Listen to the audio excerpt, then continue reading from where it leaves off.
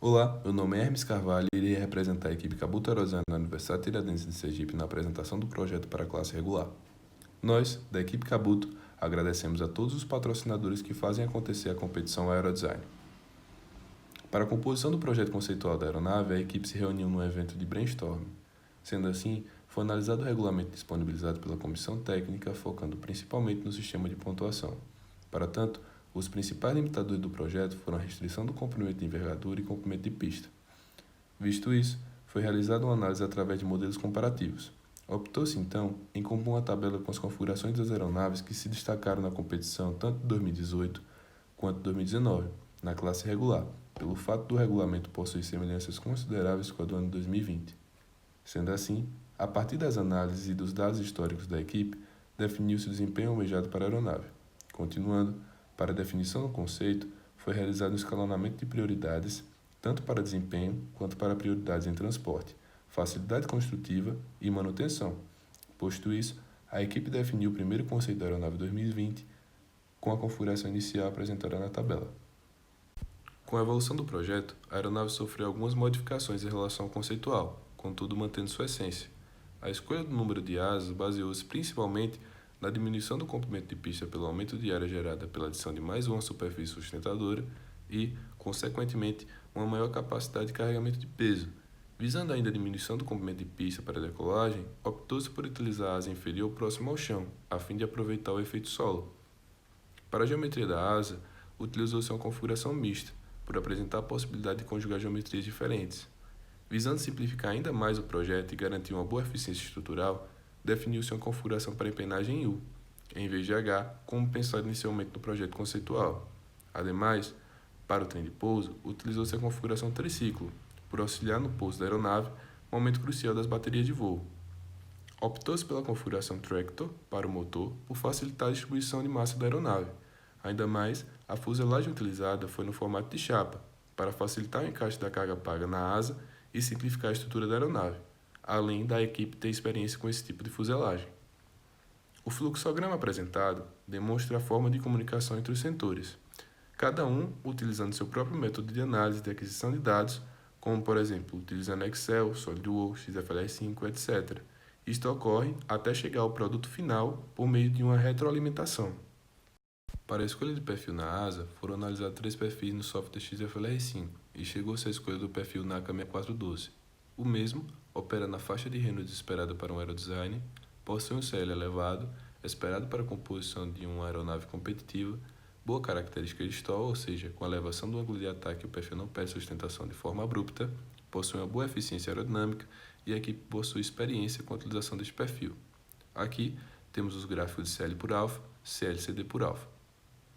Para o profundor, assim como para a asa, o perfil foi escolhido através da análise com mais 2 outros. Este opera em baixo número de Reynolds, é assimétrico e foi utilizado invertido para garantir uma menor empenagem horizontal e ainda possui uma boa eficiência aerodinâmica. Ao lado temos o gráfico de CL por alfa, tanto para o perfil normal quanto invertido, para uma melhor visualização dos dados, e esse se segue para os demais gráficos apresentados. Aqui temos a vista superior da aeronave para melhor visualização da geometria. Utilizou-se uma configuração trapezoidal para o estabilizador horizontal e mista para a asa, visando a otimização para a distribuição elíptica, com ângulo de incidência na ponta para dificultar o stall nesta região. Aqui temos a pola de arrasto da aeronave completa, plotada a partir do software XFLR5. Para a seleção do grupo motor-propulsor, foi primeiramente analisado os motores que a equipe possui, fazendo a escolha do OS55AX por ter um menor peso com características próximas ao OSP da equipe.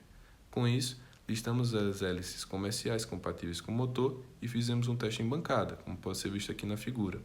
Dessa forma, encontramos a tração estática e rotação de cada hélice. Sendo assim, utilizamos desses dados para obter as trações e potências disponíveis e requeridas, avaliando a hélice ideal para o objetivo da equipe, e então avaliando seus efeitos na altitude. Aqui podemos ver os resultados da tração variando com a velocidade para a hélice escolhida, ou seja, a 12 por 8, e com o aumento da altitude. Com isso, percebemos que a aeronave tem uma velocidade de stall de 9,2 metros por segundo voando de São José dos Campos, com a máxima de aproximadamente 43 metros por segundo e tendo um maior alcance em aproximadamente 33 metros por segundo. Para a decolagem e o pouso da aeronave, foram feitos diagramas de corpo livre, para melhor visualização das forças exercidas durante esses trajetos, sendo que nesta primeira imagem pode ser vista as forças para a corrida de decolagem e na segunda para pouso, tendo a diferença em que no pouso a aeronave é considerada que não está sendo tracionada. Utilizando a velocidade para decolar sendo 20% maior que a de stall, foi encontrado o comprimento de pista necessário para decolar com o peso da aeronave. Porém, para o pouso, foi considerada uma manobra de arredondamento da aeronave, em que é utilizada a velocidade de stall para pousar. Mas, na prática, existem mais fatores que não foram considerados para o pouso. Com isso, foi feito um fator de correção utilizando o banco de dados de pouso das aeronaves dos anos anteriores, para que fosse encontrado o comprimento de pista correto para pousar. Aqui, vemos a variação do comprimento de pista necessário para decolar, o gráfico de cima, e pousar, o gráfico de baixo, para cada peso da aeronave, sendo variado do MTOL até o máximo peso permitido pela comissão, 20 kg, e respeitando o comprimento de pista máximo para decolar e pousar, resultando, respectivamente, 34 e 61 metros, ficando dentro do permitido. Agora falando um pouco sobre os carregamentos, temos aqui o diagrama de Venn rajada, definido a partir da FARPA para condições de voo em São José dos Campos. Na tabela apresentada, pode-se averiguar os valores dos fatores de carga, positivo e negativo, assim como a velocidade de cruzeiro, velocidade de manobra, velocidade nunca excedida em mergulho e a velocidade de stall. Os carregamentos das superfícies sustentadoras foram adquiridos a partir do software XFLR5, transferidas para o Excel e simplificadas a partir da ferramenta linha de tendência, gerando assim a função representativa do carregamento. Seguindo esta linha, ainda, foi possível calcular a partir dos dados mencionados as forças pontuais nos montantes. Ademais, utilizando o software FEMAP, adquiriu-se esforço cortante dessas superfícies e, consequentemente, o momento fletor. Dito isso, aqui temos a representação gráfica do carregamento na asa superior, juntamente com a linha de tendência polinomial gerada pelo Excel. O mesmo ocorre para a asa inferior e o restante das superfícies sustentadoras. Para o trem de pouso, foi calculado as cargas para as condições de pouso de voo nivelado, pouso de 3 pontos, ou seja, com a cauda mais baixa possível ou em ângulo de stall, tocando apenas as rodas do trem de pouso principal, pouso em uma roda, cargas laterais no pouso e cargas complementares, isto utilizando os regulamentos FARPA e CS-VLA. Analisando os gráficos apresentados, observa-se que no gráfico de CM por alfa, a aeronave se mostrou estável, garantindo CM alfa menor que zero e CM0 maior que zero, além de um baixo ângulo de trimagem. Ademais, direcionalmente, a aeronave também garante as características esperadas. Dito isso, estaticamente a mesma se mostrou estável. Dinamicamente, a aeronave se mostrou instável no modo espiral, porém, por ser um modo lento, o efeito foi desconsiderado. Além disso, os outros modos dinâmicos apresentaram as características de estabilidade esperadas. Falando um pouquinho sobre o dimensionamento, as estruturas foram dimensionadas baseadas nos materiais disponíveis no laboratório da equipe. Ademais, estes se demonstraram suficientes para a composição do projeto, sendo a longarina principal da asa feita de balsa laminada com fibra de vidro. O da empenagem horizontal, a longarina de balsa.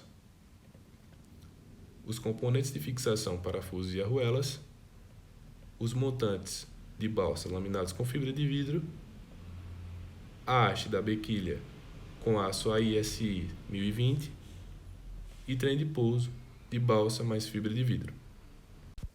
Para uma melhor visualização, foi feito um diagrama elétrico com os componentes utilizados na aeronave.